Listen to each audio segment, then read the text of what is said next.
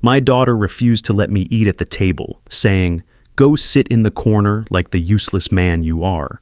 Her husband nodded and smirked. But when I pulled out the letter from my attorney, their meal ended instantly. Her smile vanished. They were already seated when I walked in, my daughter with her chin lifted like a small queen, her husband reclining with his arm draped over the back of the chair he always takes at the head of the table. The dishes steamed and glowed under the warm lights, rice polished like pearls, meat glistening with butter, salad crisp enough that I could hear it breathe when the air moved. I reached for the chair beside my daughter out of habit, and she slid her hand across the table, the way a traffic officer slides a palm into the air. "Go sit in the corner like the useless man you are," she said, as if reading a weather report. Her husband didn't look at me. He just nodded and let a smirk creep up his cheek, a slow, patient thing. If you're watching this and you've ever felt your throat close because your own child cut you down in your own language, tell me where you are watching from. Tell me what you would have done next. I, for one, didn't shout. I didn't beg. I had nothing to prove to anyone at that table, at least not yet. Something tight moved behind my ribs, not quite anger. It was quieter, an old door locking with a clean click. I kept my hand on the chair for a second, my fingers finding the dent on its back where my late wife once swung a grocery bag too hard and chipped the varnish. I remember teasing her for it. She rolled her eyes, then kissed me, and I told her the chip would help me always find my way back to the right place. Now my daughter watched me like a stranger who had dared to breathe too loudly.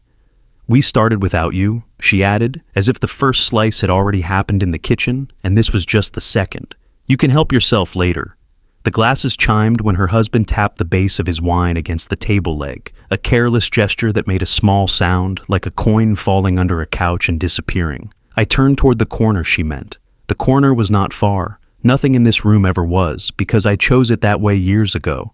It used to be a family room, with rugs we picked together, a table we moved 3 inches at a time until the light fell on it just right. I built the shelf behind that corner with my own hands, measuring twice, cutting once, sanding until the wood felt like paper. On that shelf, years ago, a photo of my daughter with icing on her nose sat between my wedding picture and a vase she made in school. The vase was lopsided and proud. I told her it was perfect because it was. The corner chair now was one of those thin-backed ones you keep for guests, light enough for a child to drag into a game. It looked wrong in that place, like a pawn shoved into a king's square. I sat. The cushion didn't remember me. I could hear them eat, forks tapping, conversation pointed just past my face as if I were a lamp. My daughter's earrings made a tiny bell sound when she laughed at something her husband said. "He still wears that old coat," he muttered, not hiding the words very hard. "Must be sentimental." My daughter breathed through her nose the way her mother used to when she didn't want to snap. But unlike her mother, my daughter let her breath end in a smile that asked for witnesses. The smell of roasted meat slipped across the room and settled over me without asking if I was hungry. I heard ice settle in a glass. I watched my daughter lift the wine and tilt it like she knew what it was saying. I recognized the label. I bought it the year she graduated. Back then I promised her the world would be kinder than it had been to me. I was wrong. The world is only as kind as the people at your table. I let my eyes rest on the table itself. The big oak we brought home on a rain-bright afternoon when my wife was still alive. We had bargained too hard for it. The man wanted cash, and we counted bills with wet thumbs and laughed when we were short.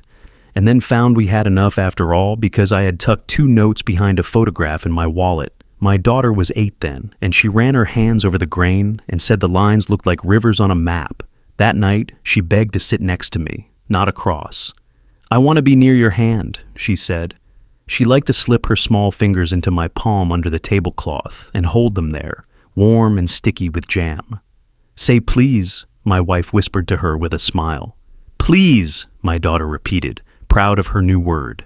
She was always quick to learn new ways to be gentle back then. I taught her to pass the bread with both hands, to wait until everyone had been served, to ask if anyone wanted more before she took the last piece.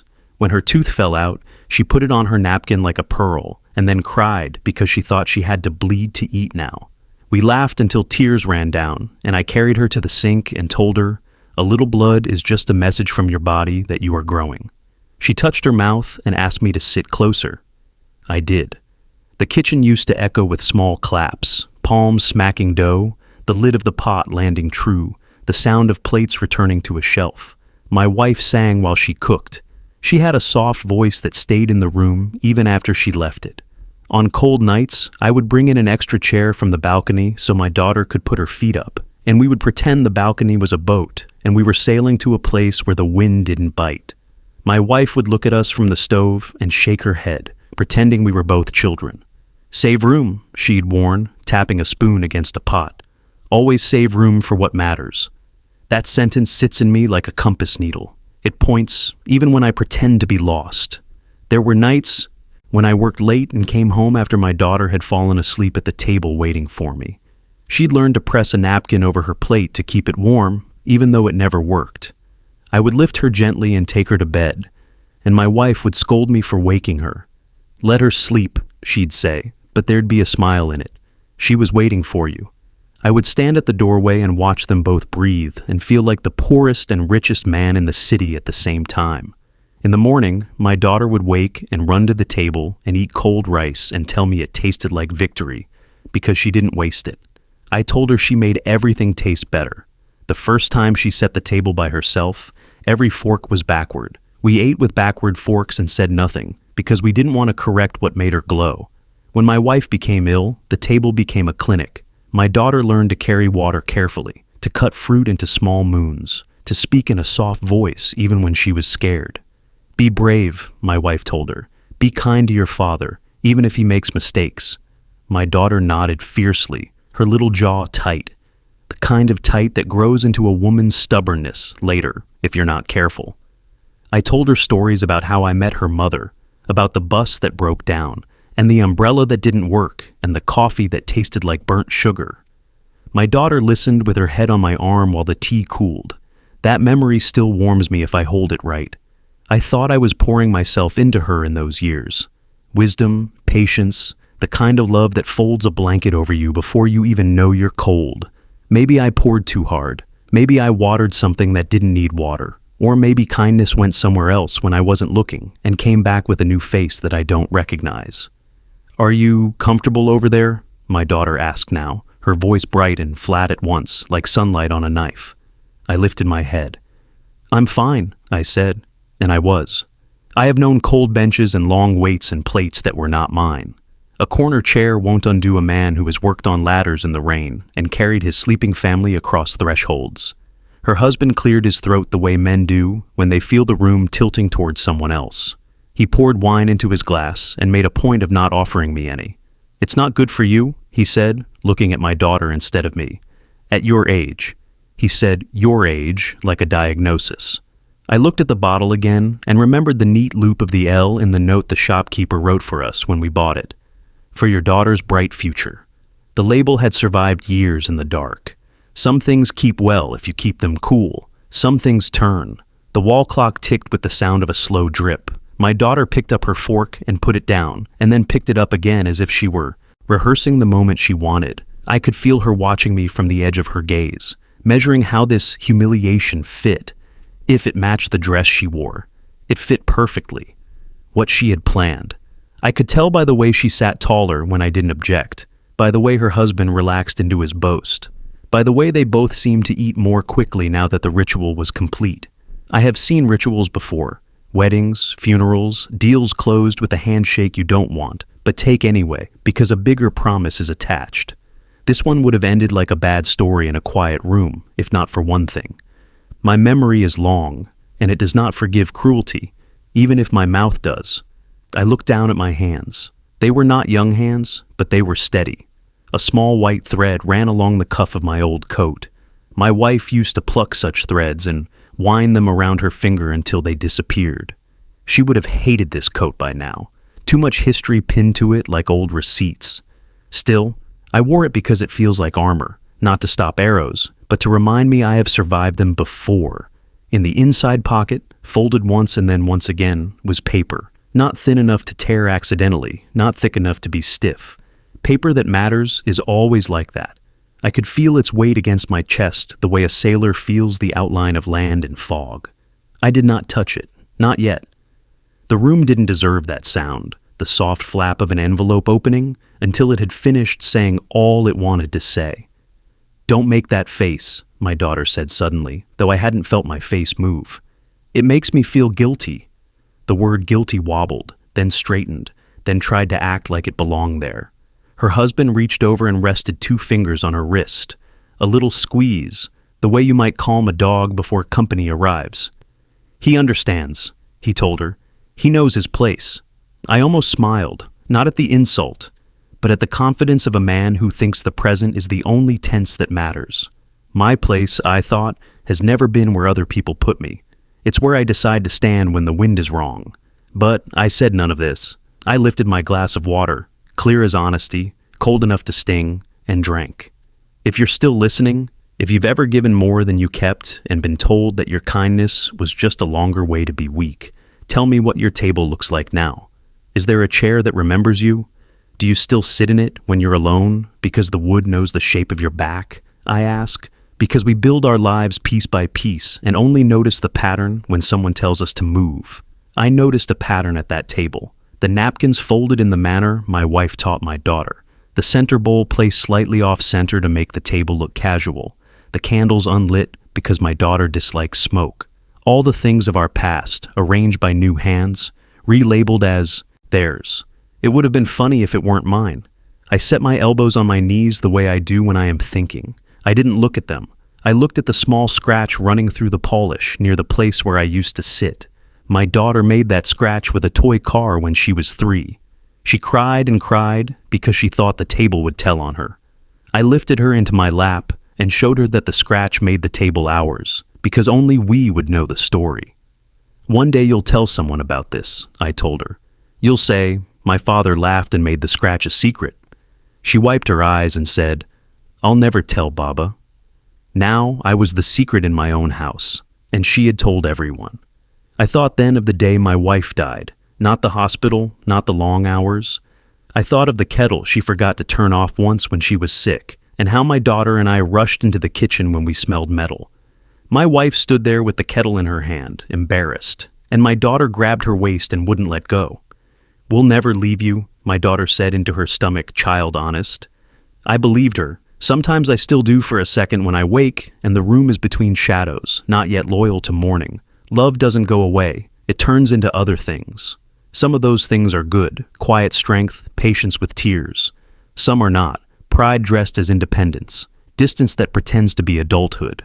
I can accept change. I cannot accept cruelty. My daughter cut a piece of meat with precise strokes, as if carving letters into stone. "We've made some decisions," she said. Her husband straightened in his chair. The sentence hung between us like wet laundry. I didn't ask what decisions, not yet. That will come, I knew. They would want to say it later, once they had eaten, once they had wiped their mouths clean and could perform the speech without the interruption of need. For now, the performance was humiliation, and it was going well for them. I leaned back and let the chair complain softly under my weight. In the window, I could see the reflection of the room, my daughter's bright hair, her husband's sharp jaw, my old coat, the candles with their unused wicks like thin bones. I remembered one more small thing, because those are the things that keep a man from becoming bitter before his time. A Tuesday, years ago. My daughter had come home with a scraped knee and a letter from school praising her for helping a younger child tie his shoelaces. She had looked up at me and said, "It's easy to help when you're strong." I lifted her and kissed the top of her head and said, "Then remember to be strong when it's hard." She promised. Children are sincere when they promise. The world is a long road that teaches them price tags for sincerity. I cannot blame the road entirely. Sometimes we put the tags there ourselves. The corner was not a punishment to me. It was a vantage point.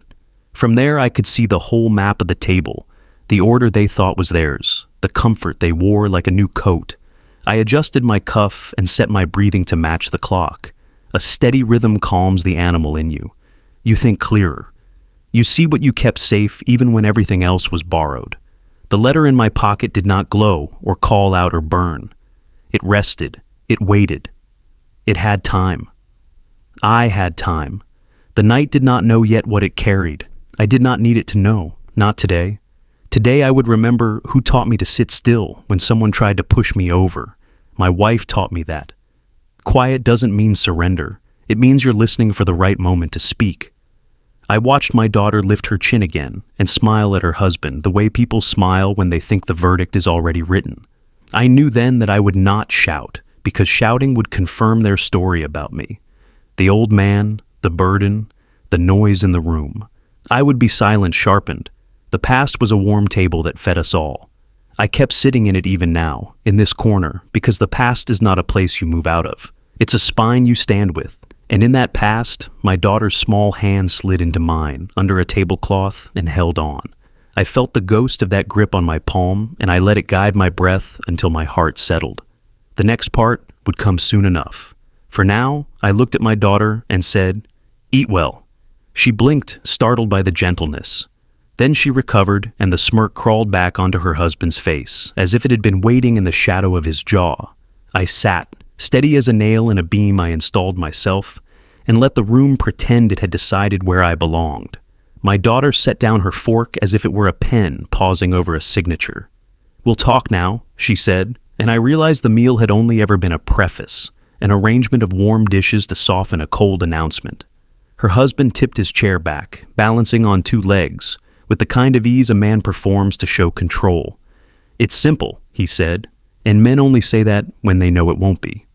The clock kept counting out the seconds, stubborn and neutral. A slice of steam lifted off the rice and faded in the air between us. I kept my seat in the corner. "My name is Aisha," my daughter used to shout when she was little, introducing herself to anyone who visited, as if the room had been waiting for her all day. Tonight, she didn't say her name, she said mine. "Baba," she began, adding that word like sugar to make the medicine go down. "We've made some decisions about the house and about you." She glanced at her husband, Zaid, then back to me, and she folded her napkin twice, then twice again, until it was a hard white square. He slid a thin folder from beneath his plate with 2 fingers, the way a magician slides the chosen card. The folder was gray. Gray is a color people pick when they want something to look reasonable. I didn't lean forward. Distance keeps a man honest. I could see enough from where I sat. A clipped sheaf of papers, a cheap pen tucked into the fold, 1 page flagged with a red sticker like a wound someone wanted me to press. Zaid placed the folder beside the salt and said, "We've been carrying a lot of responsibility, you know. Bills, maintenance, your medications, everything." He said the last word as if I were a list he'd inherited. "So, we thought it's better to formalize things." The word formalize moved around the room and tried to find a chair. It couldn't sit in mine. Mine was already taken by a different word, memory. "What things?" I asked. My voice was even. I felt it in my chest, settling like a stone into water. Aisha tapped the folder, not looking at it. "Paperwork. We found a new place for you," she said brightly, in the same tone she once used when she brought home a school plant and promised to water it. "It's near the park. You'll like it. They serve dinner early, no stairs. It will be easier for everyone." She took a breath and added softer, "For you." Zaid nodded as if he'd trained her to put that word at the end. He didn't reach for his glass this time. He wanted his hands free for applause. I thought of the first apartment my wife and I rented, a slice of a building that clung to the side of a street like a bird's nest. We painted the walls a color the landlord called almond, and we called New Beginning. The paint peeled in one spot near the kitchen, and my wife drew a tiny leaf there in pencil to pretend it was art. When Aisha toddled into that kitchen, she used to slap the floor with her bare feet and demand to be picked up so she could stir the pot with me. "I want to help," she'd say, bouncing in my arms. I would lift the wooden spoon and guide her small wrist so she didn't spill. You teach a child slow circles. You pray they remember the rhythm when life begins to boil. Zaid tapped his finger on the folder, a light, impatient beat. "We've found you a room," he said, choosing the word room as if I were luggage. "We've already spoken to management. They're expecting your signature." I saw the lines around Aisha's eyes tighten, then smooth. I recognized that movement. It's what happens when a person decides not to be moved by what they just did. She cleared her throat and said, "We can drive you there this weekend. Maybe Sunday morning. We'll transfer utilities next month so you don't have to worry about that anymore. And we also agreed that the cars should be in our name now. It's safer." She said, safer like a mother, scolding a child for running too close to the curb. You're asking me to leave, I said, no heat in it. I've built fires. I know when to keep the wood dry. Aisha shook her head at once. Not asking, she said. We're planning. It's planning, Baba. The word planning. Wore the same clothes as Exile and thought I wouldn't notice. She pushed the folder closer to the edge of the table so it would be nearer to me, as if my chair might roll on its own in gratitude. It won't change anything important, she added. You can visit whenever. We'll have dinners. It's just better for everyone. When my wife was alive, she taught Aisha to set boundaries with kindness. You can say no without breaking the cup, she would tell her, placing a thick glass in her small hands and guiding it back to the shelf. I remembered that now and felt the dull ache of seeing a lesson I respect used to arrange a cruelty I could not. You cannot control where your teaching is planted. You can only pray it grows toward light. Sometimes the seed chooses a different sun. Zaid grew bolder. He leaned his elbows on the table and laced his fingers the way men on television do when they call a press conference. To make this smooth, he said, we need signatures. The deed, the vehicles, and this one. He plucked the page with the red sticker and held it up so the dangling corner caught the light. This one is a medical power of attorney. Just a formality. In case something happens. He smiled. He had good teeth. We'll handle everything. You can relax. He offered the smile to Aisha. She caught it and set it on her face like jewelry. I watched them both and heard a small, crisp sound inside me, not unlike the crack that comes when you bend a thin stick and it finally surrenders. But it wasn't surrender. It was decision. I let the feeling pass over my shoulders and drop behind me onto the floor where I knew no one would step on it tonight. I lifted my water again and tasted the cold. You've arranged this, I said, without me. I wasn't asking. Aisha's chin rose a centimeter. We arranged it for you, she corrected. The clock ticked a few more times, perhaps keeping count of the thin difference between those two sentences. I looked at the folder again, the way a man looks at weather rolling in, noting direction, speed, the weight of the air before rain. Zaid slid the pen out of the crease and laid it on the paper as if he were laying a blade on cloth. We can do it now, he said, and he said now like a man who thinks time reports to him. He pushed his chair back, the legs scraping the floor with a sound that made the hairs on my arm rise. We'll witness for you. We've even got a notary on call. He grinned. Our friend Adil. He lives nearby.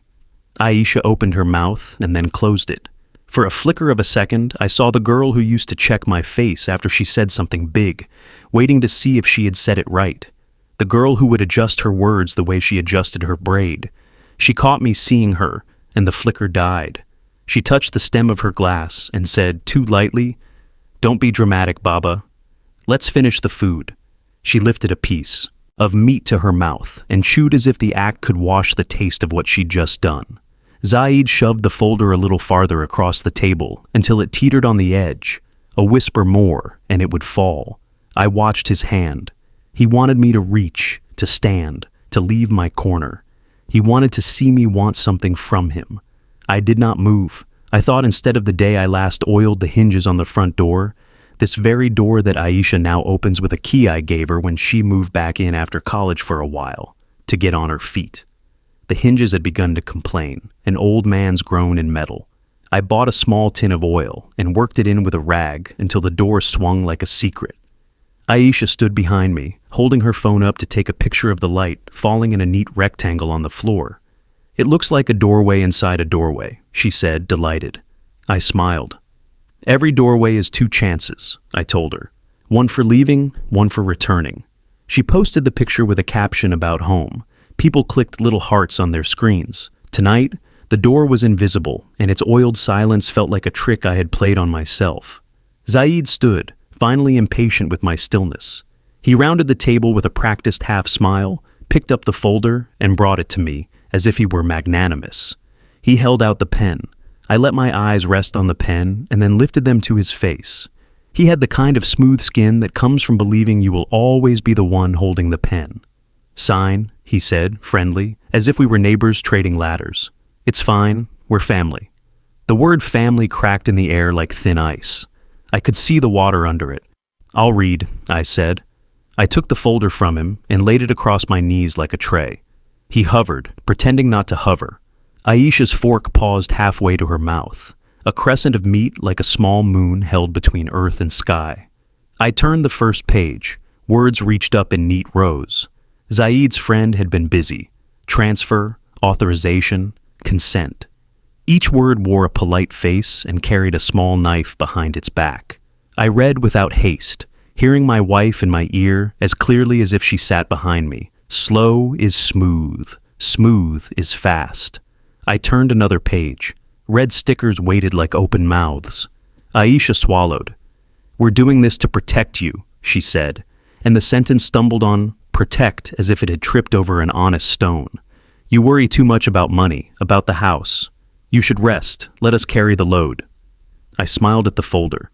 "Is that what this is?" I asked. "You carrying?" Zaid bristled, then smoothed himself again, a cat reversing its fur. "You've had your time," he said, friendly gone from the word, and something practical in its place. "You raised a good daughter. She has a husband who knows how to plan. Trust us." He leaned down, too close to my face. "The world changes.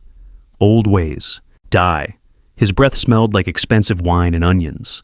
I considered telling him he should drink water. Advice is a habit, and I am old enough to be careful with mine. "Do you remember?" I asked Aisha, not looking up. "That winter the power went out for 3 days?" She blinked. "What?"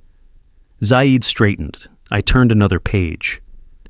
"We moved the mattress into the living room," I continued, "and we all slept under the big quilt your mother stitched. You were 6. You put your cold feet on my legs like I was a stove. You said I was the warmest thing in the house." Aisha's face did something complicated and then went blank.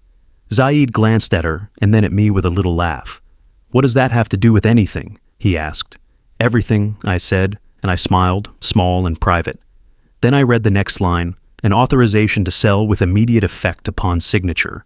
The red sticker beside it shone like a small traffic light, telling me who thought they owned the road.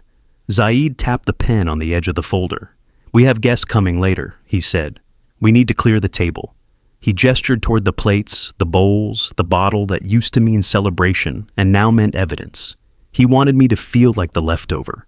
I breathed in through my nose and out through my mouth. The air tasted like cinnamon and a little like dust. I closed the folder gently and handed it back to him. "Not today," I said. He blinked, not because he hadn't heard the words, but because he wasn't used to their shape. "Excuse me?" The pen paused between his fingers, floating, leaderless. "Not today," I repeated, flat. "You're eating." I let a small quiet sit on the last word. Aisha set down her fork and stared in the space above my shoulder, a trick she learned to keep her eyes from giving away heat. "Why make it hard?" she asked. Her tone was soft. The softness annoyed me more than if she had shouted. "We planned this to be smooth. You always say you want things smooth." She offered me my own word like a coin she'd found under a rug. I did not take it. "You spent time planning," I said, "but not time asking." I kept my voice low. The low carries farther. Zaid's smile returned, thinner. "This is for the best," he said, as if announcing the weather again. "You'll see, the place is clean. They have games. A nurse checks on you." He flicked the pen and caught it. "And we can finally renovate this place. Open up the kitchen, get rid of that corner." He nodded at my chair, as if it were the problem with the room. "Make it modern. Put in a big island. It'll raise the value." I imagined an island in the middle of that kitchen, shining and cold, and I saw Aisha leaning against it with a glass of something bright, laughing at a story Zaid told, while a different man's music played on a speaker. I imagined candles lit for guests I didn't know, their coats slung over the chair that used to be mine. I imagined hands on the walls, removing the small pencil leaf my wife drew, repainting over almond new beginning until it was a color called tomorrow. I felt no rage. Rage is cheap. What I felt was a careful measured tightening inside my bones, a craftsman's draw of the string before a nail is set. The letter in my pocket lay quiet against me, patient as a cat in sun. Aisha reached for the folder, as if she could pull this evening back into the shape she wanted. "Let's do it," she said. "Let's just do it now, and we can eat dessert. I made kheer." She smiled, and the smile trembled once, then held. She looked suddenly young and tired under that look, like a child watching a tide come in faster than her feet. I had the wild impulse to stand and take the folder and tear it, then to kiss her forehead and tell her she was forgiven, that we would start again tomorrow. But forgiveness is not a trick you perform to keep the crowd calm. Forgiveness without truth is theater. I don't do theater, I building. You made kheer, I repeated, letting the words sit in my mouth a second. The room seemed to lean toward the kitchen, smelling milk and cardamom. Your mother used to burn the first pot, I said, almost to myself. Always the first. She'd scrape the bottom and laugh and say, some sweetness needs a scar to keep it honest. Aisha held her breath. Zaid exhaled loudly. Sir, he said, permission slipping off him. Sign. Please, we have things to do. The please fell to the floor and rolled under the table where no one would pick it up.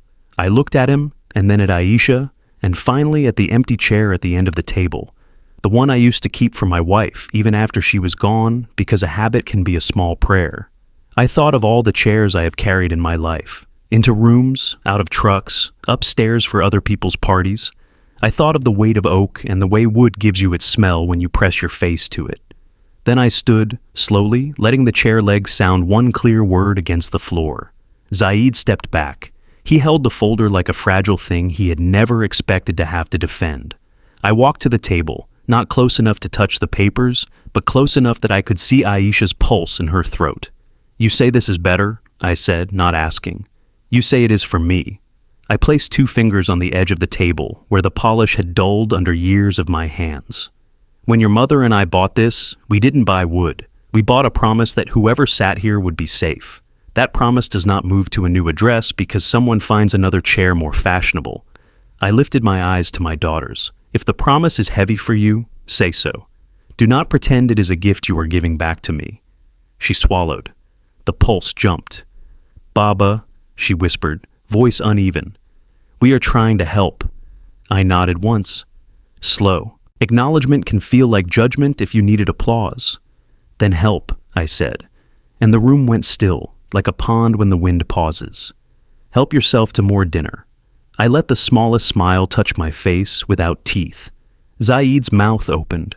Aisha's closed hers. Sometimes a quiet no is the loudest sound in a house. I returned to my chair as if I were returning to a ship's wheel. I sat without looking down, my body remembering the height, the angle. Zaid did not follow me. He stood with the folder pressed against his stomach. He looked at Aisha as though she had failed to warn him about something obvious, like a missing step on a staircase. She lifted her glass and drank water she didn't need. The clock kept time. The room had space for all our breaths. What if we don't ask? Zaid said suddenly, and the brass in his voice rang for the first time. What if we tell you, we're doing it, we're moving forward, we'll notify the bank, we'll change the locks. He stopped because Aisha touched his sleeve under the table, a small, panicked press. I watched that press and put it in my pocket with the other small things I collect. A pencil leaf, a scratched polish, a winter quilt. Eat, I said, gentler than I would have chosen if I had only myself to answer to. You cooked, let the food do its work. The words cooled the metal in the room without taking it away. Zaid muttered something about uselessness, about men who can't keep up. The word useless slipped past my ear and tried to bruise. It failed. I am not a man made of the present moment. I am a man made of long days and stone walls and a love that outlived its body. I have been called many things. The names a child chooses for a parent say more about the child than the parent. I let the word pass me like a small storm. It rattled the window and went on, looking for a weaker latch. Aisha lifted the lid off the kheer in the kitchen, and the scent came like a memory that hadn't been invited, but had been expected anyway. I heard the spoon against the pot and the small scrape that means someone is trying not to waste the crust.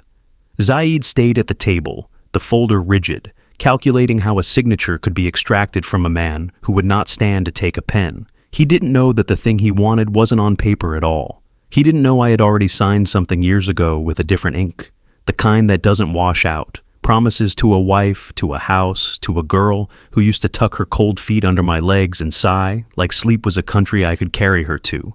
I looked down once at my coat, at the line of stitching along the inside pocket. I didn't touch it. I didn't need to. The letter lay there, quiet and certain, like a truth that waits for the right window to open before it lets the room breathe. Not today, I had told myself. Not yet. Let the table speak first. Let the meal finish its sentence. Let the people who think they are authors write what they want on the air. Paper can be loud. Silence can be louder. I chose silence and the small sounds that live inside it. The tick, the spoon, the breath, the swallow. Aisha returned with bowls and placed one in front of me on the small side table near my chair. She didn't look at me as she set it down. "Careful," she said. "It's hot." The steam rose and softened the edge of everything for a second. I waited for it to clear. "Thank you," I said. She half nodded, a reluctant courtesy returning to its old address. Zaid watched her, then me, then the folder, as if a triangle had appeared in a room where he preferred straight lines. We ate the kheer. It was sweet, too sweet. The way first tries often are when a person is trying to prove they can follow a recipe and make it better by adding more of what they think matters. Aisha's spoon clinked against porcelain. Zaid didn't finish his. He put the spoon down with a small clatter, as though admitting defeat to milk. "We'll call a deal in 10 minutes, he said, as if the dessert had been a timer. He looked at his watch. He looked at the folder. He looked at me. "He'll be here." I set my spoon aside and folded my hands. "Call him," I said. And Zaid blinked again, because the yes sounded like a no. "Call whoever you like," I added. "It is a free country." He studied my face for sarcasm, and found none he could hold. Aisha rubbed her thumb against her ring. The gold caught the light. She was not her mother, and never would be. That is not a sin. It is a fact. You do not punish a fact. You learn how to stand beside it without losing your shape. Zaid pulled out his phone and scrolled and then stopped, thumb hovering. He glanced at Aisha. She shook her head almost imperceptibly. A tilt no one would see unless they had watched her make decisions over soup spoons and piano keys and school forms all her life. He put the phone down. He tried a different tool. "Sign and we'll go together to the new place tomorrow," he said. "We'll set up your room. We already bought a kettle. Your favorite tea." He smiled like a salesman who has discovered the client's childhood street. "We even found a photo frame. For your wife." He hesitated on wife, as if the word were an object he wasn't sure he had the right to hold. I kept my body quiet and let my mind walk through the rooms of the home they were trying to shrink. The living room with its afternoon light that traveled across the floor like a cat. The balcony where tomatoes once grew in pots and tasted like sun. The hallway where Aisha measured her height with pencil marks that neither of us could bring ourselves to paint over, even when guests asked why our walls had scratches. I stopped at the doorway of the bedroom, where my wife's shawl still lived on the back of a chair, because fabric remembers warmth longer than wood does. I stood there for a second and counted my breath. Then I left that room and returned to the table in front of me. "Tea would be good," I said, and I meant it. Aisha blinked, surprised at the normalcy of it. She rose and went to put the kettle on, muscle memory leading where love should have. Zaid sank into his chair again and tried to look like a man who had not just lost a step in a dance he choreographed. His foot tapped once and then stilled. I watched his hands. They had not been made by weather yet. He still thought the world would comply if he pressed hard where it had yielded before. The kettle began to hum. Steam licked the air above it. Aisha stood with her back to us, shoulders straight, head bowed slightly the way she bows when she is reading instructions on a label. Zaid coughed. "You know," he said, aiming for companionship and hitting something thinner, "you raised a strong woman." I nodded. I did. He waited, expecting praise to be a bridge. He found a river instead. He looked at the folder. He looked at me. He tried again. It's not easy, these decisions. Sometimes being practical looks harsh. He spread his hands, bargaining with air. "We're just doing what needs to be done." The kettle clicked off. The sound rang out like a small bell, declaring the end of something and the start of something else. Aisha poured water over leaves, and the room filled with the smell that kept me standing through years I didn't think I could. She brought the cups. She didn't meet my eyes, but she set mine on the side table with care, the saucer exactly under the cup, the handle turned toward my right hand the way she knows I like it. Care is a habit that survives even when love is confused. I wrapped my fingers around the cup and felt the heat travel into my bones. Zaid lifted his own cup and didn't drink. "There's one more thing," he said, and now he was pushing a final piece across the board, the kind of piece a man saves when he believes he is clever. "We'll need the keys, all of them, for housekeeping." He smiled at his gentlest. "We'll make duplicates. You can keep one, of course, just—" He made a vague rounding motion with his hands. "Efficiency." I looked at his hands drawing a circle in the air and saw a noose he hadn't noticed yet. "The keys," I said. I slipped my free hand into my coat pocket, not the inside one, the outer, where a mint and a small screw live because I always find small things and keep them. My fingers touched metal, the keys. They were warm. They knew my shape. A habit rose in me and pressed to give without thinking. Habits are how we fall. I closed my hand around them and left it there. "No," I said, and the word was so soft Aisha looked up, thinking I had said her name. I turned my head and met her eyes. "Eat," I said again. "Your tea will cool." Zaid set his cup down too hard. The saucer jumped. A drop of tea ran onto the table and stood there, round and stubborn. He stared at it, then wiped it with his thumb, furious at the stain the wood didn't make. He put his hands flat on the table and leaned in. "You don't understand," he said, voice low now, intimate like a warning.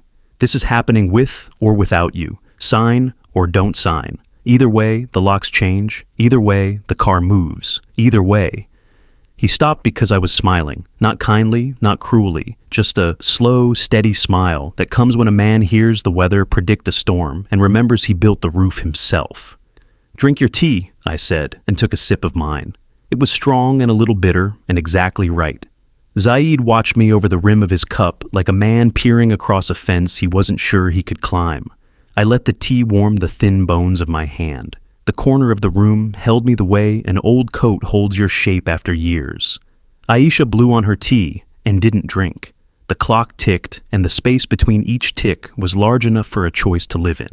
Zaid set his cup down with that quick, precise movement men practice when they want to look like they mean business.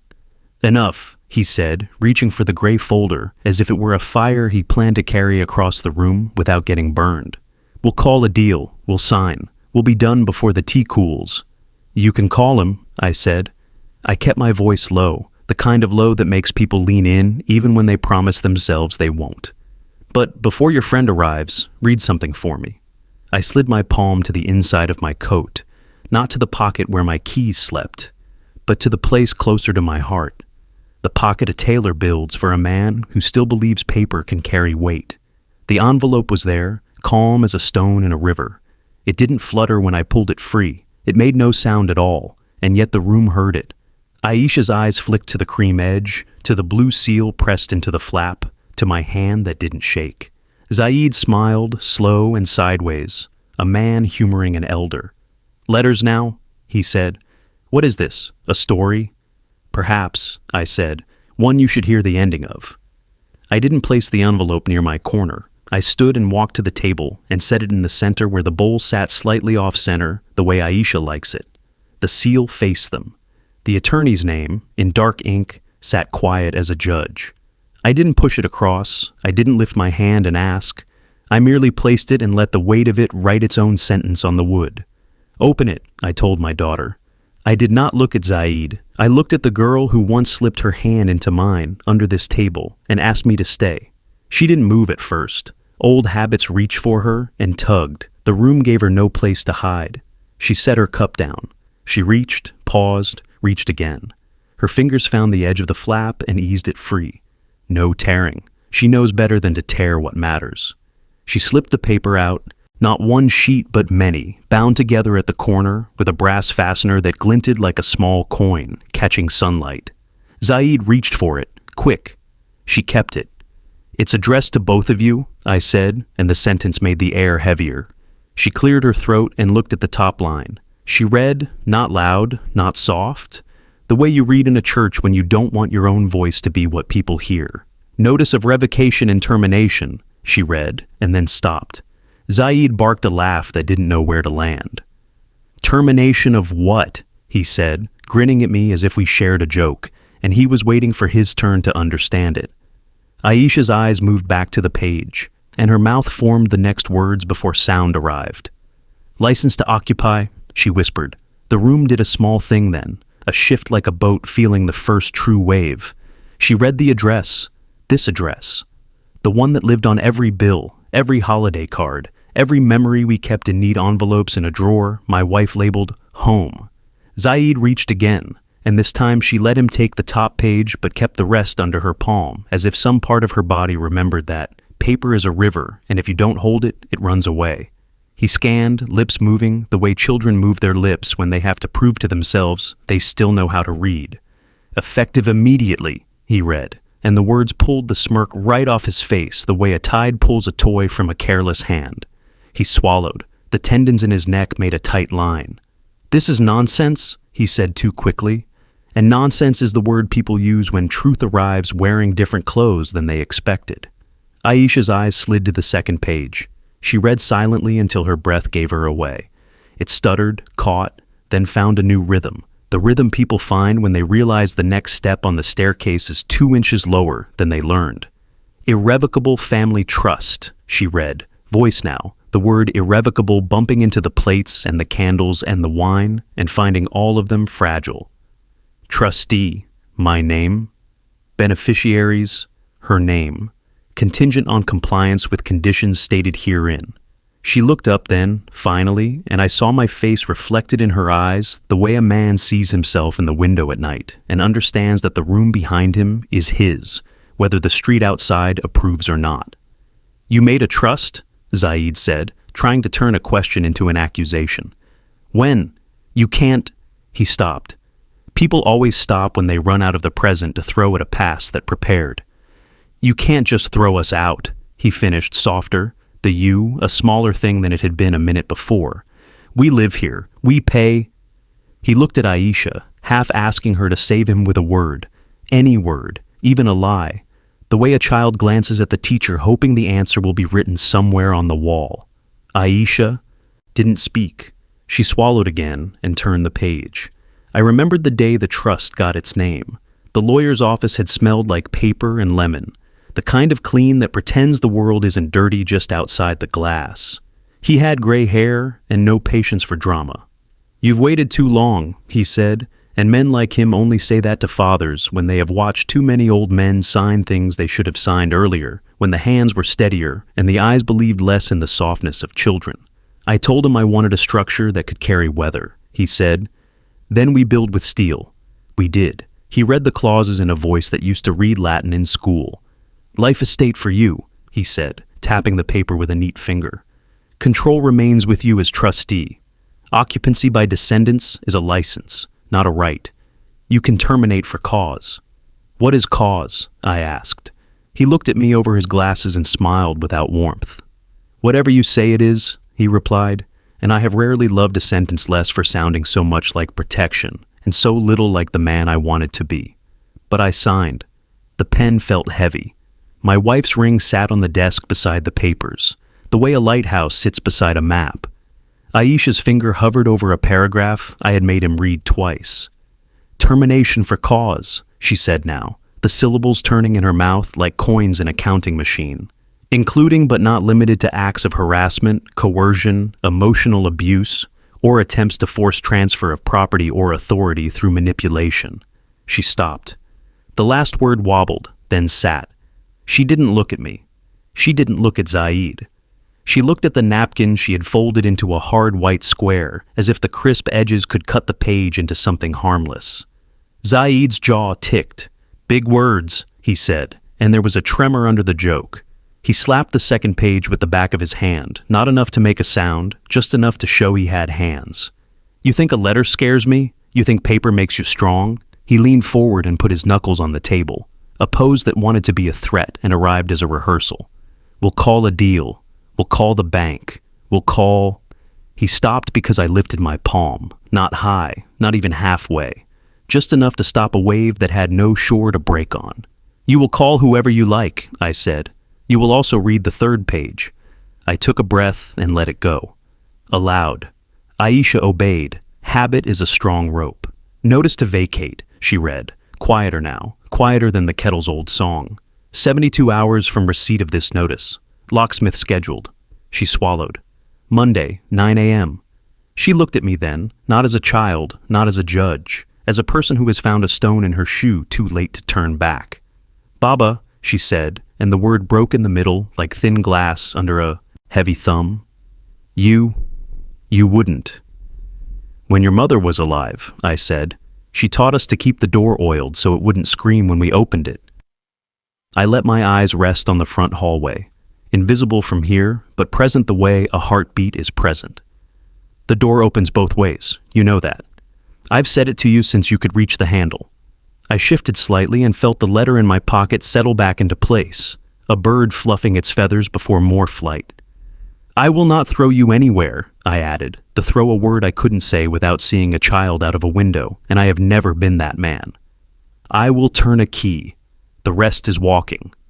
Zaid barked out another laugh, and even he heard the hollowness in it. "We'll sue," he said, clinging to a verb he thought had muscles. "We'll drag you through court.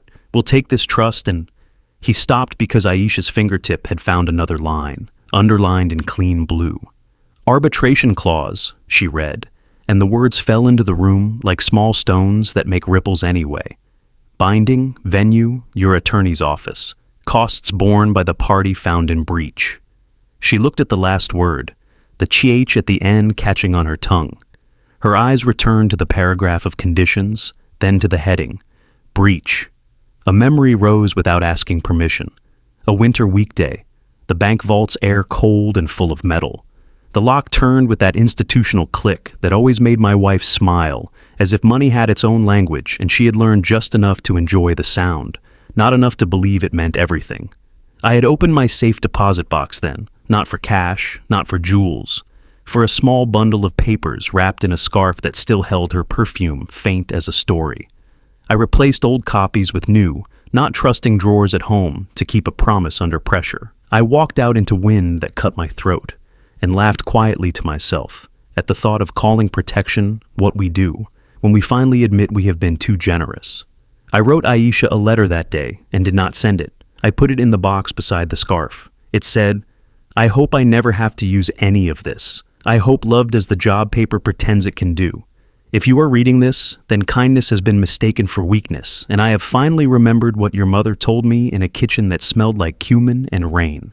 Be gentle, but don't let anyone move your house by calling it a chair."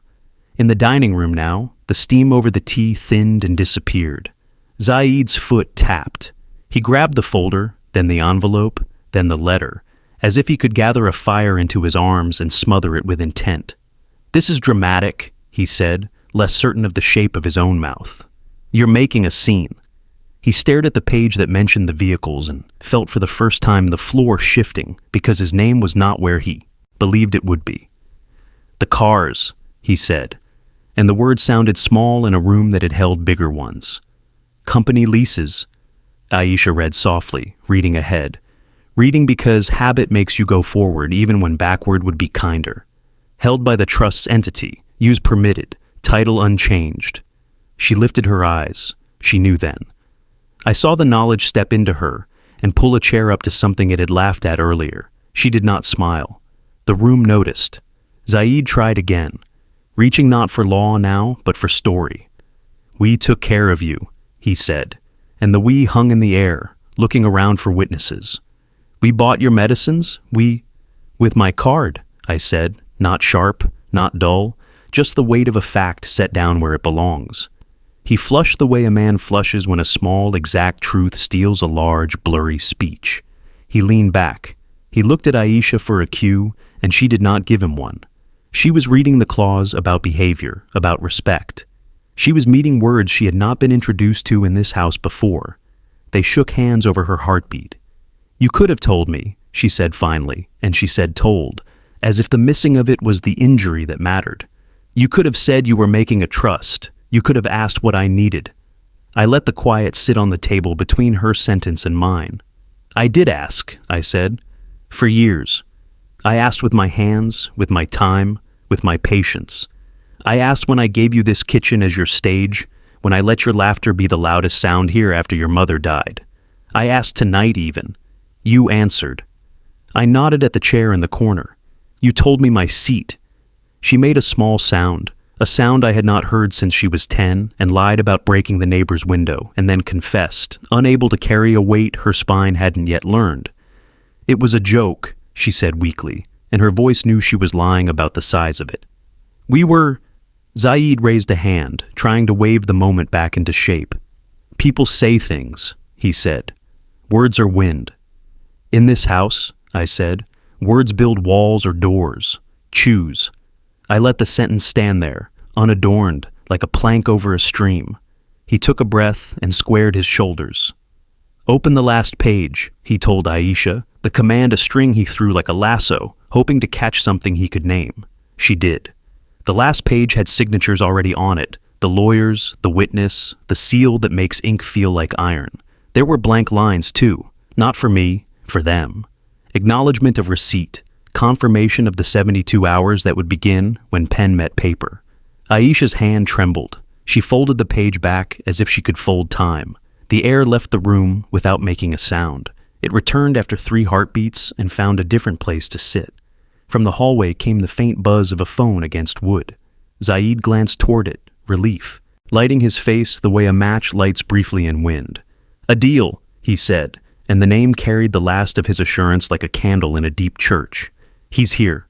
He pushed back his chair. The legs scraped. The sound startled the silence and made it stand up, angry. He strode toward the door, each step a little faster than the last, as if speed could turn a bad page good. Aisha didn't move. She stared at the letter as if it might change if she kept her eyes hard enough on it. I stayed where I was. The corner felt less like a punishment now and more like a hill. A general climbs to see the whole field. I could hear Zaid greet someone at the door, his voice full of the kind of confidence that is built on the belief that friends are tools and the world is a chest that opens if you know where to press. The murmurs came closer. Adil stepped into the dining room with a black notebook under his arm and cologne that tried too hard to smell like forests. He smiled, polite, professional, the way people smile when they expect money to follow soon. Uncle, he said to me with the soft charm young men wear like tailored shirts. We'll make this quick, just signatures. I even brought the stamp. He tapped the notebook. Official. Good, I said.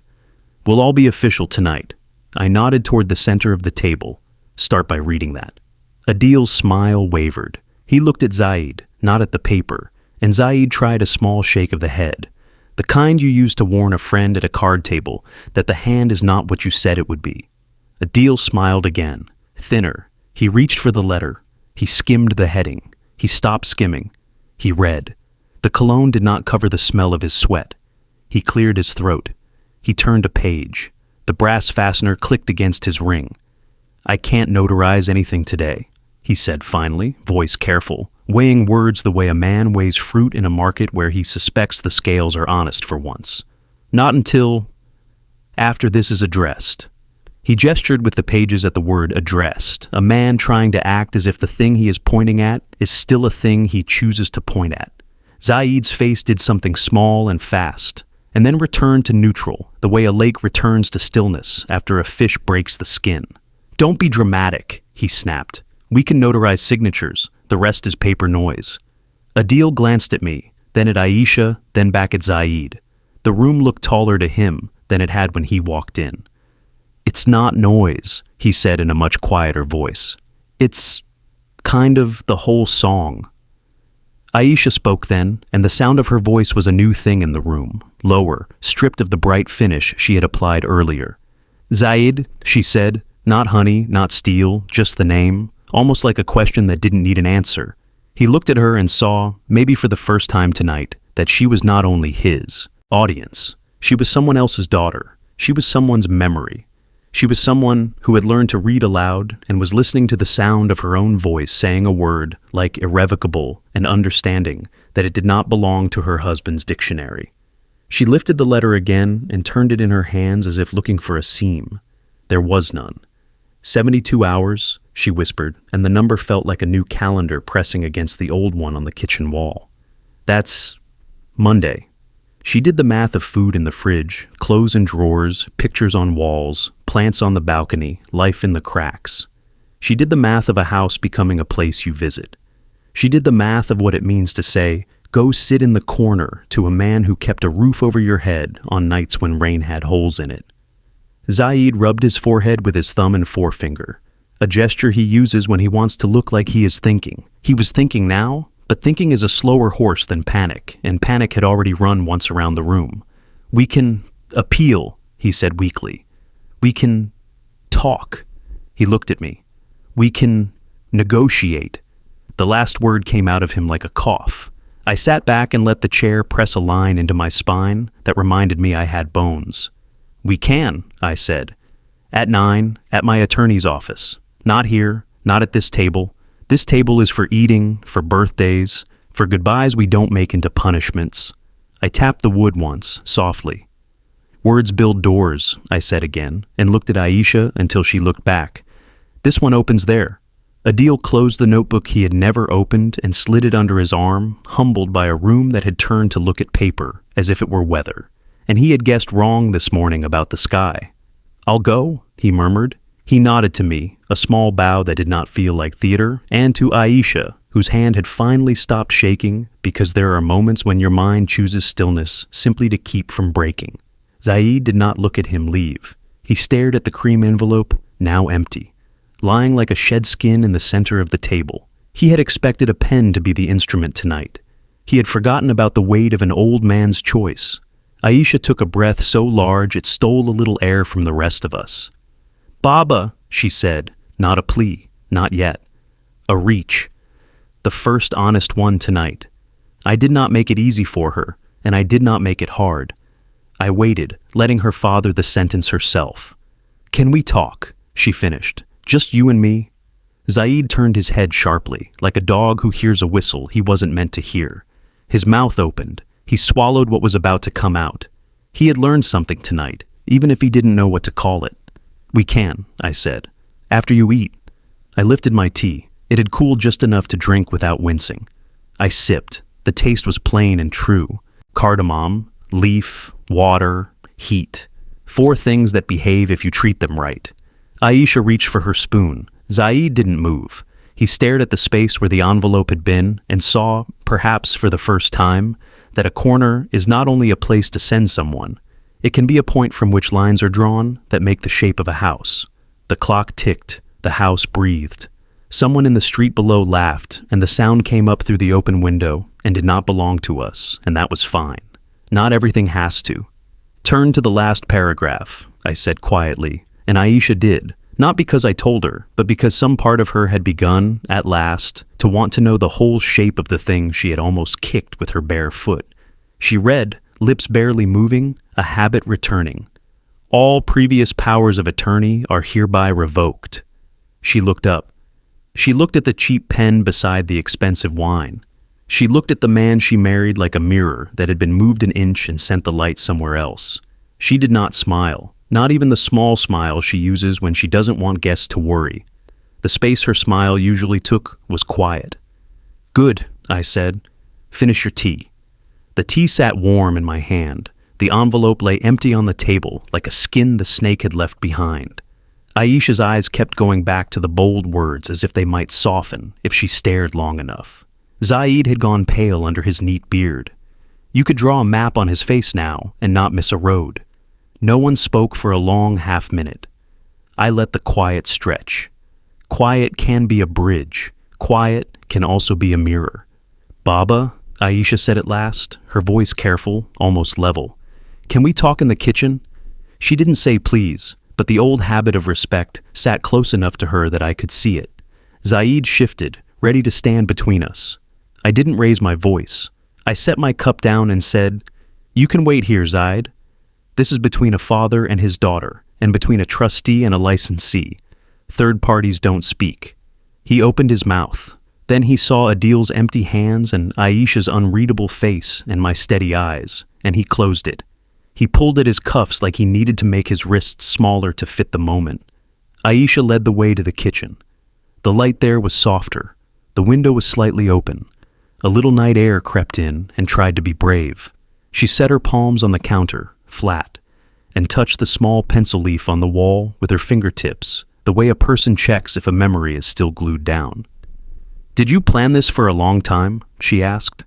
The question had no bite. It was a thing that wanted an answer so it could figure out what to do next. For long enough, I said. I leaned my hip against the counter the way I always have after dinner, so my bad knee could rest. Long enough to know that love is not a law. Paper doesn't make love. It only keeps a door from being moved when someone thinks they can call a wall by a new name. She nodded slowly, staring at the kettle like it might speak on my behalf. You think I don't love you, she said, and the sentence broke on think. I didn't help her fix it. You told me to sit in the corner, I said. You told me I was useless in a house I built, while your mother held the ladder, and then you slid papers across the table, as if I should sign away my own name to save you work. I kept my tone flat.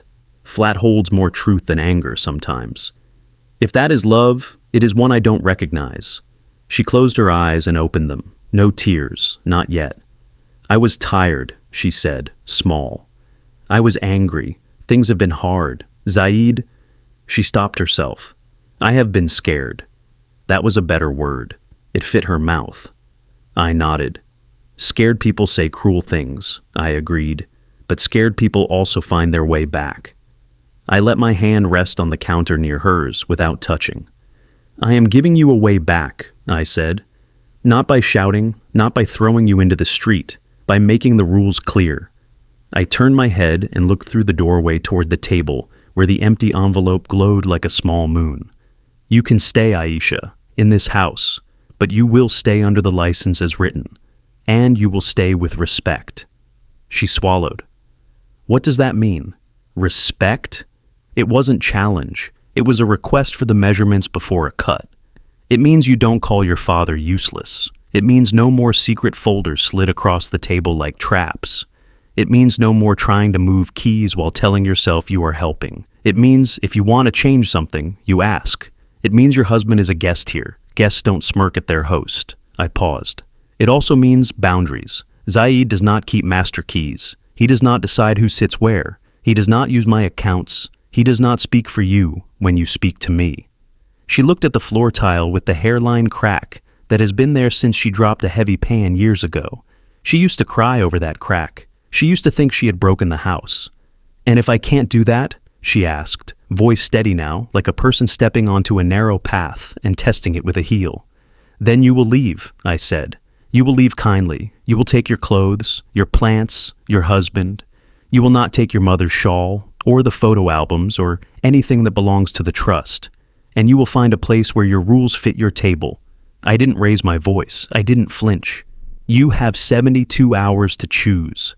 She looked at me finally, hard. I saw a child and a woman taking turns behind her eyes, like the minute hand passing the hour. He won't agree, she whispered. Zaid won't accept this. Then Zaid will be somewhere else, I said, and the words came out so simple that they didn't even sound like a threat. He is not the house. We heard Zaid's voice in the other room, low and fast, calling someone, asking for someone, trying to find ground. Aisha's face tightened. He is proud, she said, as if I didn't know. Pride hates being told to leave a room. Pride can learn, I said. Our pride can pack. I looked at her again. You are my daughter, not his shield. The sentence made something in her shoulders soften and then brace. We went back to the dining room. Zaid had his phone to his ear, pacing behind his chair. He held up a hand when he saw me, not to greet, but to block. Hold on, he snapped into the phone, and then, to me, a smooth voice that didn't fit his eyes. We're handling this, uncle. There's been a misunderstanding. He tilted his head and gave me the kind of smile a man uses when he wants to sell you your own watch. I didn't answer that smile. I looked at the screen of his phone, a bank logo. Good, we were in the same chapter. While you're on the phone, I said, ask about the guarantor on your company's revolving line. His face forgot to smile. He didn't put the phone down. He didn't ask me what I meant. He knew. He turned away and hissed a question into the speaker. We heard a tinny voice explain a simple thing. Lines need guarantors. Guarantors can withdraw. Banks do not like storms. Terms change when roofs leak. He stood very still while the voice said my name, and the date the notice was lodged, and the time the email went out, and the hour the bank's risk people turned a dial down. Then the voice said a number, lower than the one he liked, and the words temporary freeze and review. He hung up without saying goodbye. He stared at his screen like it had turned into a lake. Aisha looked between us. "What is this?" she asked, and I could hear the younger version of her in the question, the one who used to bring home shapes drawn in math notebooks and ask me if they fit together. "I kept the factory alive last winter," I said. "When orders were late and the good clients were shy, I signed, quietly. I didn't tell you because I didn't want your marriage to be a ledger. I thought he'd right the ship and then we would forget the storm. I met Zaid's eyes. I let no anger in, just light. You chose instead to make my house your spare room of power. You tried to buy your safety with my name, and then to erase my name when you thought you didn't need it." Zaid's mouth opened. It closed. He tried to remember the sentence you use when you want to make a man like me feel old. He couldn't find it. His phone buzzed again. He looked down. A notification from his company dashboard. He tapped. His face changed by degrees. "Access revoked," he read. Empty. "Board meeting?" He swallowed. "Special session." He read the time. He read the location. He read the line. Agenda. Interim management. Review of guarantees. Change of signatories. He looked at me like I had knocked on his door and he had found the police behind me. "You can't," he started. "I can," I said. "I built those bridges with my wife's patience and my 2 hands. I did not burn them when you laughed." I turned to Aisha. "He can still run his company if the board believes he knows how to run it. That is not my decision. My decision is whether my name stands behind a man who calls me useless before dinner." I let the sentence sit. It stayed. He laughed then, a brittle thing. "This is revenge," he said. The word tried to blame me for the shape of the night. "This is a father who hates his son-in-law. This is control. This is consequence," I said. "This is me choosing not to be made small in my own house. This is me choosing the kind of safety your wife won't have to apologize for later." I set my palm on the table. It felt the same as it did on the first day. Solid, warm from hands. "I am not yelling," I said. "I am not throwing plates. I am not making scenes in the street. I am not putting you on the floor and lifting my foot. I am simply moving weight to where it belongs." He looked at Aisha like she might yet agree to be his harbor. "Say something," he told her. "Tell him this is cruel." She didn't call it that. She looked at me and said, "What do you want from me?" "Straight. Clean." That is my girl at her best. A straight question held steady. "Choose," I said. "Not between me and him, between respect and disrespect, between truth and trick, between building and taking." I lifted my chin toward the letter. "If you choose respect, we can sit here every week and eat your too sweet kheer and tell stories about your mother and your new job, and we will fight about small things like everyone. If you choose the other thing, I will hire movers on Monday and the locks will turn. We will still talk at my lawyer's table. I will still love you in a room that does not leak." She stood at the head of the table like a person about to give a speech and then decided to just speak. "I don't want to leave," she said, and she meant the house, but she also meant a smaller thing, the kitchen light at 6, the sound of my slippers, the smell of my tea. "Then don't," I said, "but do not ask me to leave either." She nodded once. The motion was tired and young at the same time. She reached for the letter again, and instead of reading, she set it down and put her hand flat over the empty envelope. A small surrender. A small promise. Zaid's chair screeched back. He stood so fast the wine sloshed. "I won't be humiliated," he said, loud for the first time all night. He pointed at me like men point when they want to pretend their fingers are spears. "You can keep your old wood and your dusty photos and your rules. We'll go. We'll go now." He looked at Aisha. "Now," he repeated, but this time the word didn't have the muscles he thought. It hung in the air and looked around for a floor. Aisha didn't move. She looked at him as if he had asked her to run barefoot over broken bottles for practice. "You can go," I said, and I kept my tone gentle because gentleness can make a truth harder where cruelty only makes it cheap. "You can pack tonight if you want. I will not stop you. I will not bar the door. I will only say this once. If you go tonight, you go because pride tells you to. If you stay and speak like a man instead of a bull, there is room to make a plan that keeps people whole." He stared at me, chest heaving. He wasn't used to being offered a soft path by the person he had just tried to push into a ditch. He grabbed his phone. He shoved it into his pocket. He snatched his keys off the runner, like keys are the same everywhere. He walked toward the door. When he reached the hallway, he stopped. The house hummed. It has a way of humming when decisions sit on the floor like suitcases. He looked back. He met Aisha's eyes and found that she was still in this room, not in the doorway. He swallowed. He put his hand on the knob. He didn't turn it. He let his hand fall. He came back 2 steps, then 3. He sat down. The chair complained again, but not as loud as pride. 72 hours, he muttered, not to me, not to anyone, just to name the animal in the room. You'd put us out in 72 hours. I would put you out in 72 hours of your choosing, I said. If you choose to keep the room cruel, if you choose to change it, then time is our friend. I looked at Aisha. What do you choose? She took a long breath and let it out. I choose to stay, she said. I choose to speak with respect. The words were not music yet, but they were notes. She turned to Zaid. And you? He looked at the table, at the letter, at the wine, at the chair that had become famous in this room tonight. He tried to smile and failed. I will try, he said.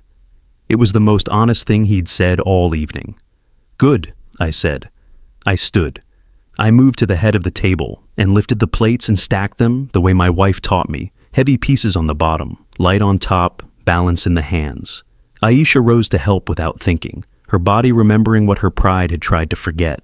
We carried dishes to the sink. Water ran. The ordinary sounds returned, small and faithful. Zaid stayed seated, watching a house do what houses do when people decide not to break them. I dried a plate and set it in the cupboard. One more thing, I said, not looking at anyone. Tomorrow morning, the locksmith will come to fit the front door with a new cylinder. We will give you a key, Aisha. 1. Zaid, you will ring the bell until we trust your hand at this handle. It sounded harsher than it felt. It felt like sense.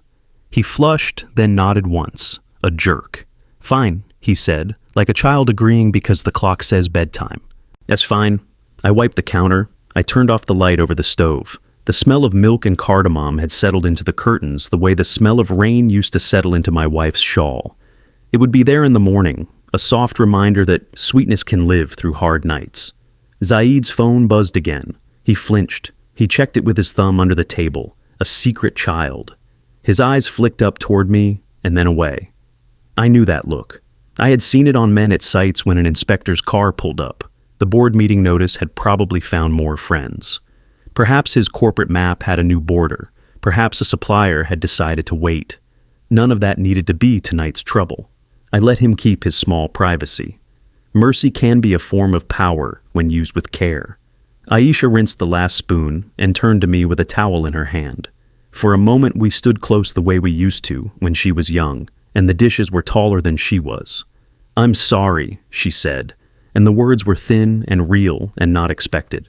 She didn't pour explanations over them to make them slide easier. I know, I replied. Be better.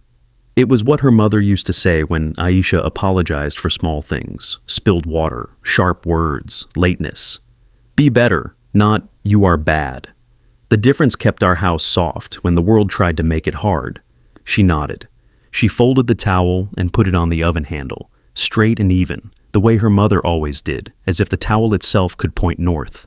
We went back to the table. The letter stayed in the middle like a lighthouse in our small sea.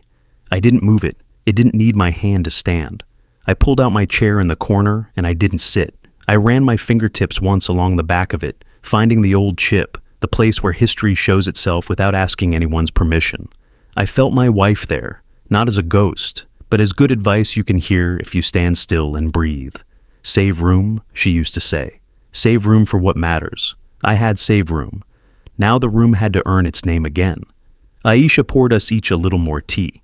It was weaker now, the second steep, but it had a gentleness the first didn't.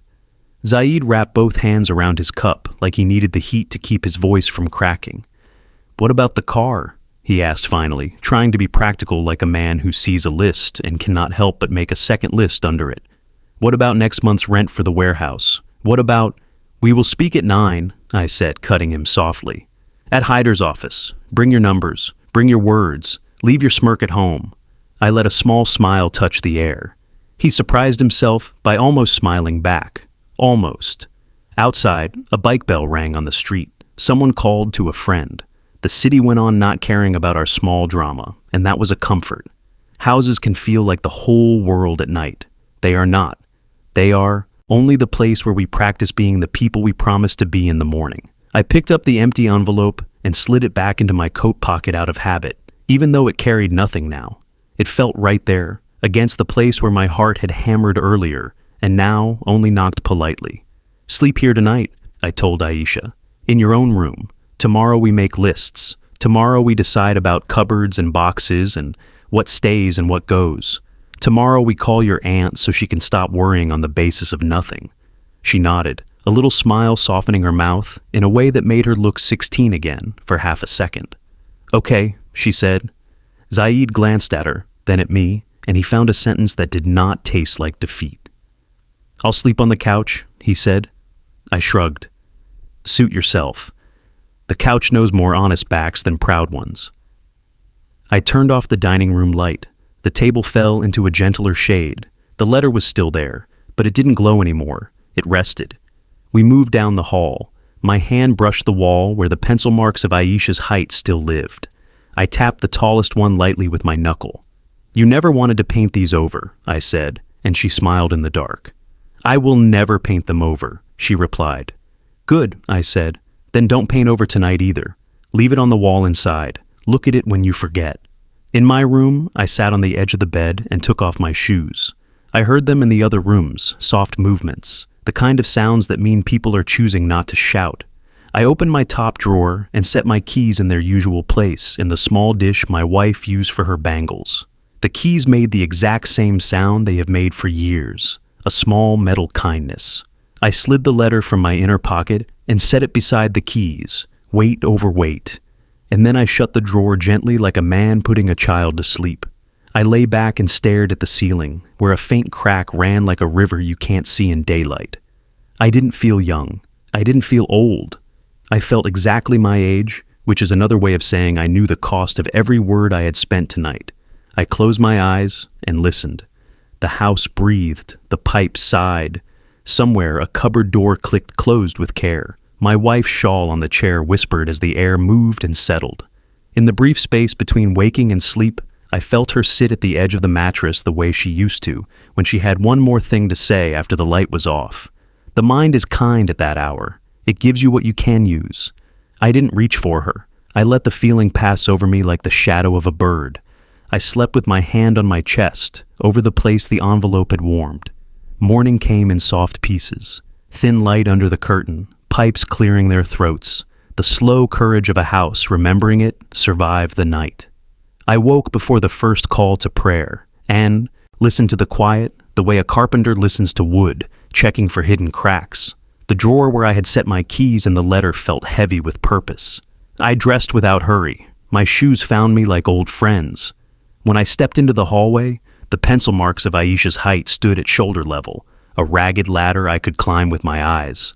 I touched the tallest line and whispered, "Still here?" And the house seemed to nod. The kitchen had the kind of morning smell that forgives you. Tea, cardamom, metal warming, a whisper of milk from last night. Aisha was at the stove, hair tied back, an oversized sweater swallowing her shoulders. She glanced up as if I might vanish if she moved too fast, then slid 2 cups onto the counter with the practiced care of someone returning to a ritual. "Good morning," she said, and the words sounded like they were learning how to be words again. "Good morning," I returned. She poured without spilling. The steam rose in small questions. Zaid appeared in the doorway, unshaven, the bravado of last night folded and left in the other room. He was holding his phone like a talisman and a threat, and it was neither. We drank in silence for a minute. Aisha's eyes kept drifting to the dining room, to the place on the table where the envelope had slept and shed its skin. "I called the locksmith," I said. "He will come early for a temporary cylinder. The full recce is still scheduled for Monday." She nodded. "Thank you." Zaid looked at me, then at the floor. "Thank you," he added, the second word more difficult than the first. He took a breath.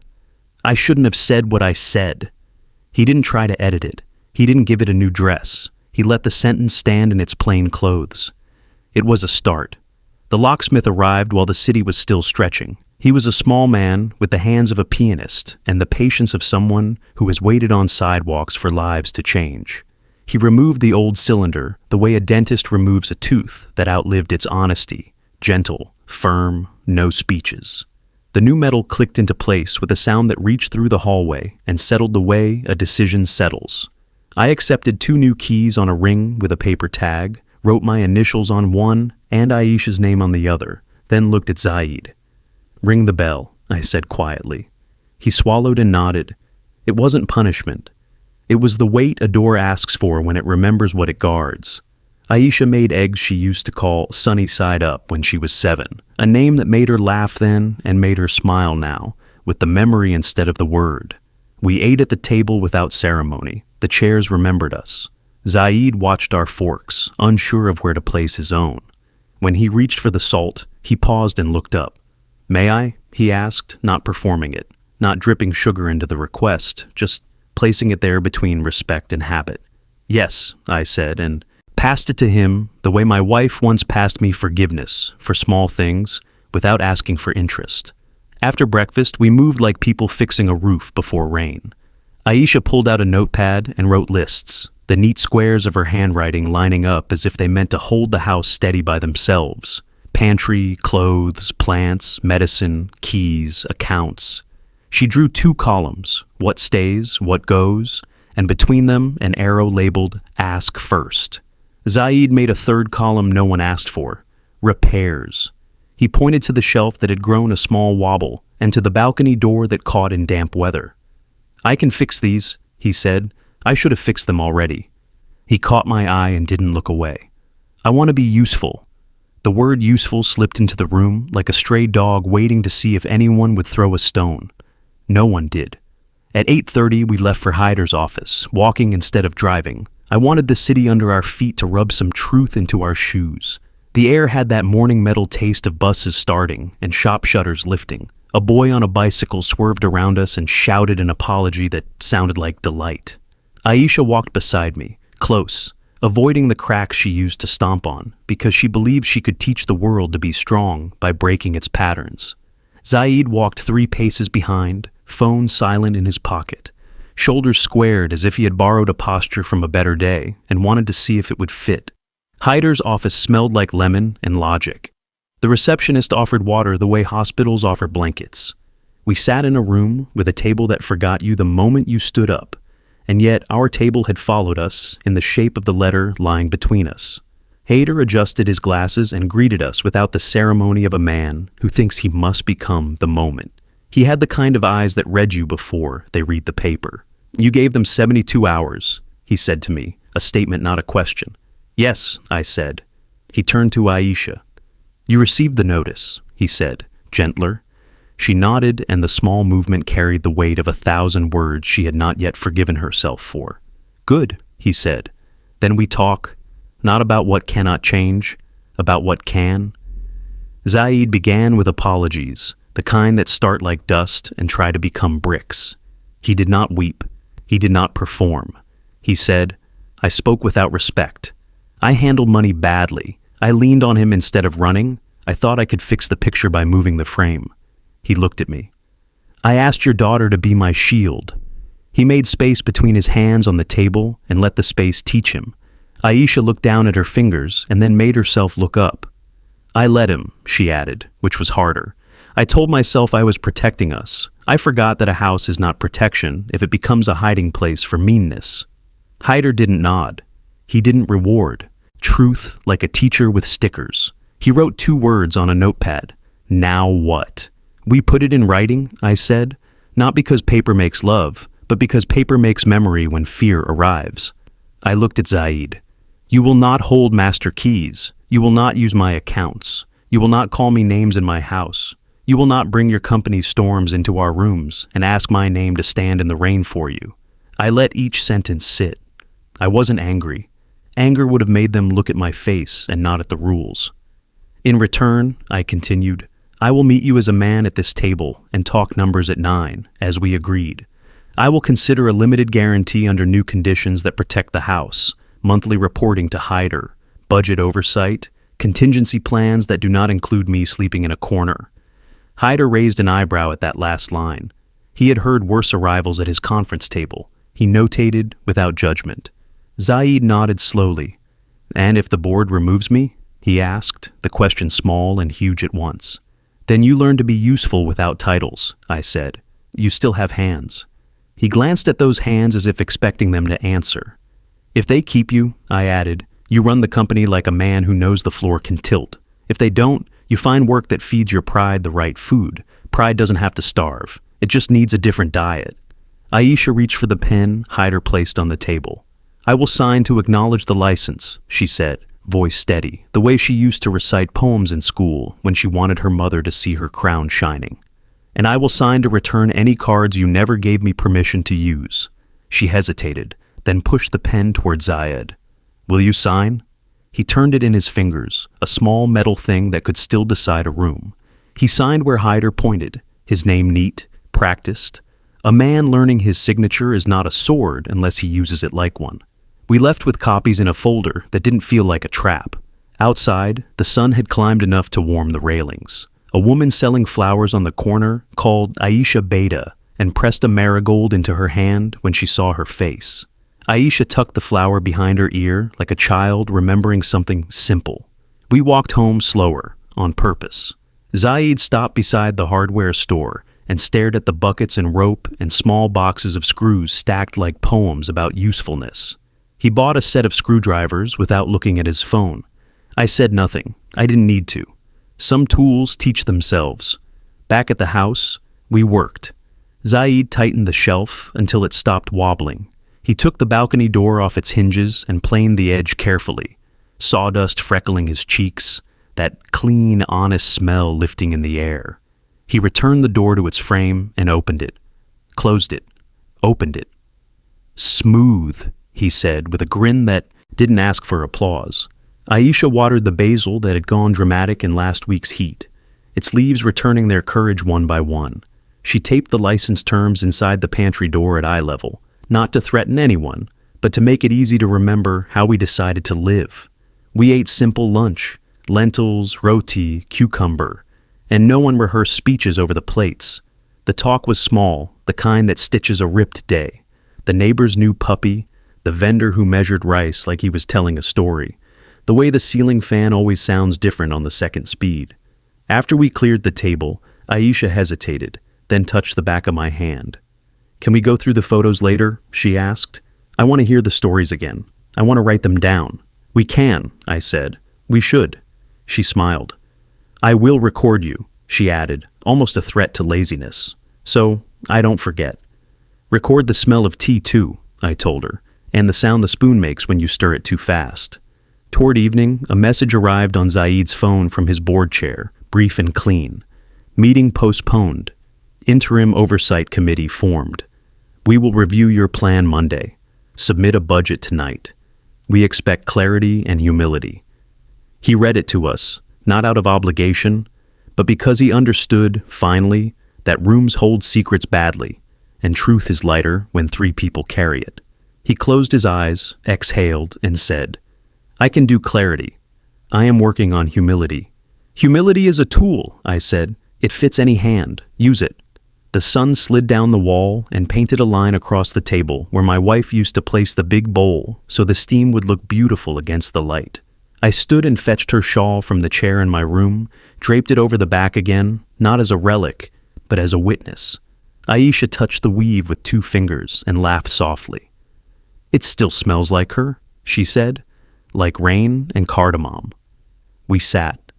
I told them the story of how their mother taught me to burn the first pot of kheer on purpose, to get the scar out of the way so the sweetness could be honest. Aisha leaned forward with the phone set to record, but she didn't check the screen. She watched my mouth and my hands the way she did when she was 6 and believed I kept the moon in my pocket. When the streetlights came on, Zaid stood and cleared his throat. He walked around the table and stopped in front of my chair. He did not kneel. He did not put a hand on my shoulder, as if the act itself could do the work of words. He looked me in the eyes and said, "I am sorry for last night. I am sorry for speaking to you like a stranger I was trying to win against.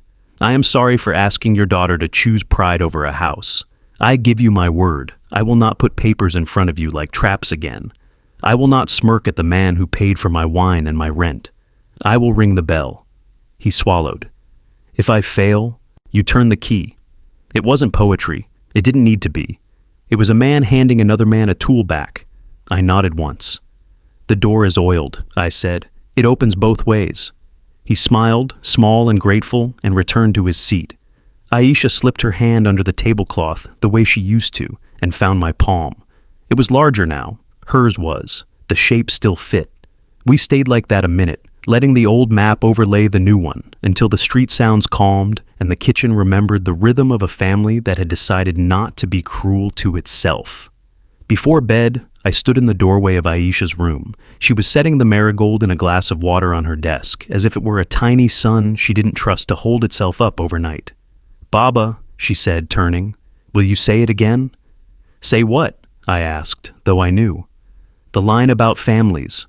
I walked to the window and looked out at our street, at the stubborn tree that drops leaves too early, and the neighbor's balcony where laundry flapped like flags from countries that never fight.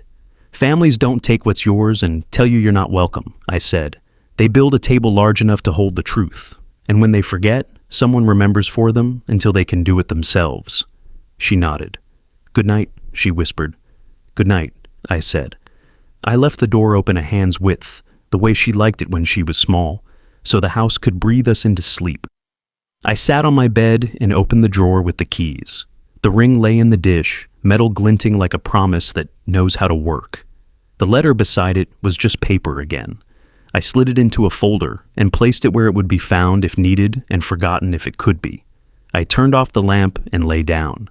The ceiling crack looked like a river in the dark, and I felt, not triumphant, not bitter, just aligned, as if the weight of the room had returned to the beams where it belonged. If you watch me carry this night and find the place to set it down, tell me where you are watching from. Tell me if you have a table that remembers you, a chair that knows your shape, a door that needs oil. Like this story, if you believe dignity is not a volume you shout, but a key you hold. Share it with someone who needs to remember that love is not a paper you sign under pressure. Comment with the moment you chose respect over pride, or the moment you wish you had. And subscribe if you want more stories told in a calm voice, with steady hands, where justice arrives without fanfare and a house learns how to breathe again.